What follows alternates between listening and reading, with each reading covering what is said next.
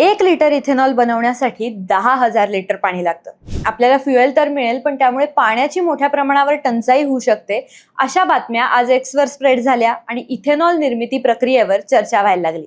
आणि त्यामुळे हाच विषय आज आपण डिकोड करणार आहोत. नमस्कार, मी आहे दिव्या आणि तुम्ही पाहताय ऑल इव्हन.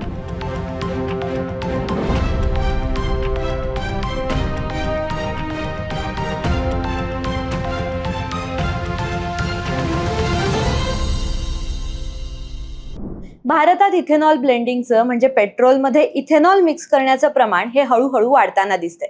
मार्च 2026 मध्ये पंतप्रधान नरेंद्र मोदींनी आपण इथेनॉलवर अजून जास्त भर द्यायला हवा असं सांगितलं. काही वर्षांपूर्वीची स्थिती पाहिली ना तर पेट्रोलमध्ये 1 ते 2% इथेनॉल मिसळलं जात होतं आणि आता हे प्रमाण 20% पोहोचलंय. पण या इथेनॉल मिश्रित पेट्रोलमुळे आपल्या गाड्यांची इंजिनं खराब होत आहेत का, हा प्रश्न तर आहेच. आणि त्यात आता 1 लिटर इथेनॉल बनवण्यासाठी 10,000 लिटर पाणी लागतं, हाही मुद्दा सोशल मीडियावर उपस्थित केला जातोय. त्यामुळे इथेनॉल नक्की बनतं कसं हे आपल्याला थोडंसं समजून घ्यावं लागेल. इथेनॉल म्हणजे काय, तर हे एक प्रकारचं अल्कोहोल आहे, इथाईल अल्कोहोल. हे ट्रान्सपरंट क्लिअर असतं. बियर, वाईन बनवण्याच्या प्रक्रियेत सुद्धा एक प्रकारचं इथेनॉलच वापरतात. पण आपण पेट्रोलमध्ये जे इथेनॉल मिक्स करतो त्यापेक्षा ते खूप जास्त वेगळं असतं. ते पिण्यायोग्य इथेनॉल असतं. पेट्रोलमध्ये हे इथेनॉल वापरत नाही. आता हे बनतं कसं, तर ज्या पिकांमधून साखर किंवा स्टार्च मिळतं त्याचं पुढे फर्मेंटेशन करून इथेनॉल बनवलं जातं. त्याचा दुसराही एक सोर्स आहे, तो म्हणजे धान्य.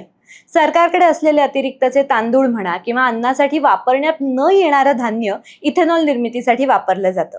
आणि तिसरं म्हणजे कृषी अवशेष म्हणजेच ॲग्रिकल्चरल वेस्ट पासून सुद्धा इथेनॉल बनवण्याचे प्रयत्न सुरू आहेत. आपल्याकडे सुरुवातीला फक्त ऊसापासून इथेनॉल बनायचं, म्हणजे साखर कारखानदार हे साखर करता करता साईड बाय साईड इथेनॉल सुद्धा बनवू शकत होते. पण आता सरकार इथेनॉल निर्मितीला चालना द्यायला लागलंय आणि त्याच्यामुळे इथेनॉल निर्मिती करणाऱ्यांच्या संख्येत सुद्धा वाढ झाली आहे आणि यामध्ये वेगवेगळे प्रयोग सुद्धा व्हायला लागले आहेत.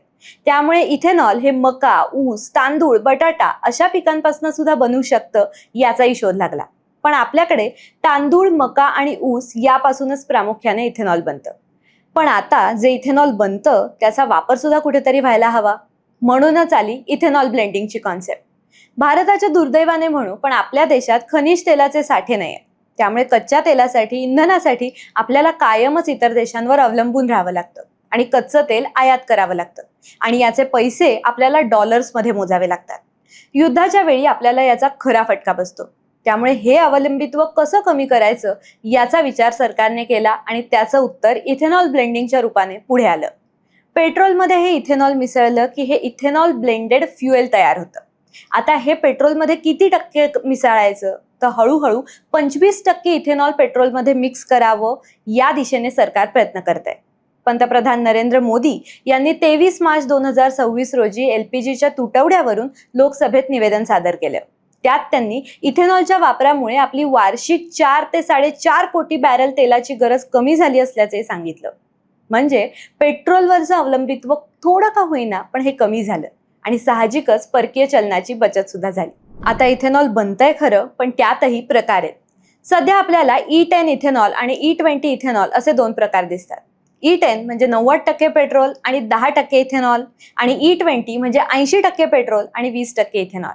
म्हणजेच for example 1 litre E20 petrol घेतलं तर त्यात 800 मिलीलिटर पेट्रोल असेल आणि 200 मिलीलिटर हे इथेनॉल असेल.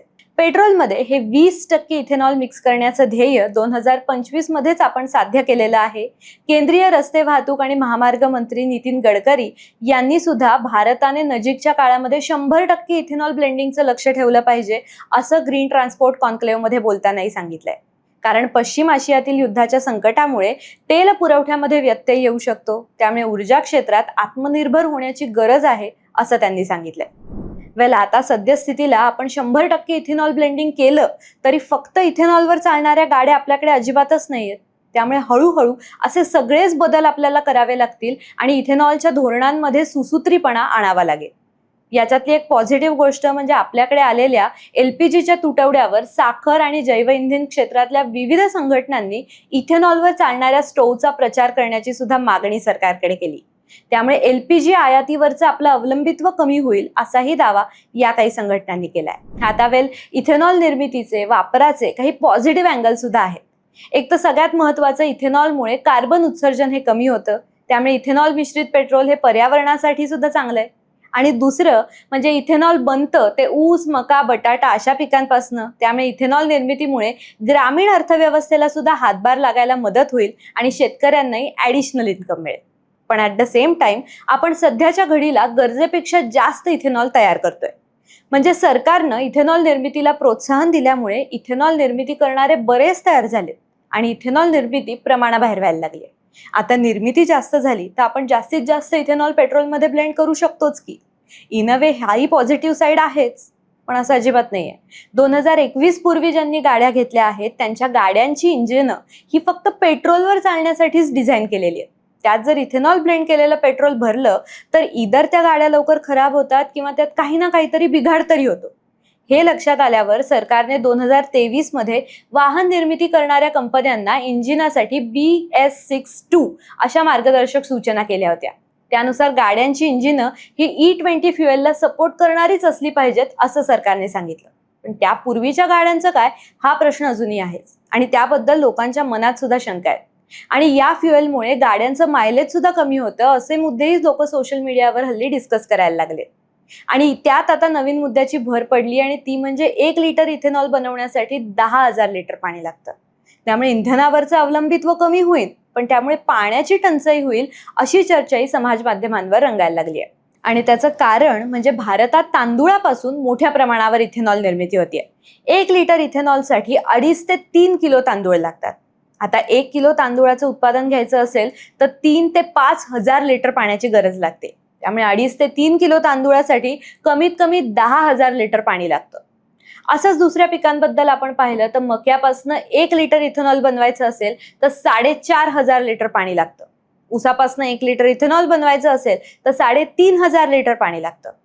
आता महाराष्ट्रासारख्या पाण्याची टंचाई असलेल्या राज्यात ऊस मोठ्या प्रमाणावर घेतला जातो, कारण त्यातून साखर आणि इथेनॉल दोन्ही मिळतं.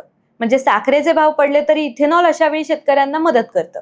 पण त्यामुळे भूजलावर ताण येतो आणि इतर पिकांना पाणी कमी पडतं आणि शेतीतलं संतुलन सुद्धा बिघडू शकतं. आणि पुढचा मुद्दा म्हणजे पिकांचा पॅटर्न बदलणं. सरकार इथेनॉलला प्रोत्साहन देतं, त्यामुळे शेतकऱ्यांना ऊस किंवा मका लावणं हे फायदेशीर वाटतं. पण सगळेच शेतकरी एकाच पिकाकडे वळले तर मोनोकल्चर सुद्धा वाढतं. म्हणजे एकाच प्रकारचं पीक मोठ्या प्रमाणावर घेतलं जातं. त्यामुळे मातीची गुणवत्ता, कीड वगैरे रोगाचा धोका आणि बाजारातले दर अशा सगळ्यावरच परिणाम होऊ शकतो. आणि ह्या लवकरात लवकर सोडवणं अपेक्षित आहे. म्हणजेच याला समअप करायचं झालं तर भारतात इथेनॉल निर्मितीचा उद्देश फक्त इंधन तयार करणं नसून शेतकऱ्यांना अतिरिक्त उत्पन्न देणं, आयात होणाऱ्या तेलावरचं अवलंबित्व कमी करणं आणि पर्यावरणपूरक इंधनाचा वापर वाढवणं हा आहे. पण हे करताना देशाची अन्नधान्याची गरज भागवता येणं, पर्यावरणाचाही समतोल राखता येणं आणि हे होऊन इंधनाची निर्मिती होत राहणं अशा तिन्ही गोष्टींकडे लक्ष देणं अपेक्षित आहे. तुम्हाला याबद्दल काय वाटतं कमेंट करून नक्की सांगा आणि पाहत रहा ऑड इव्हन.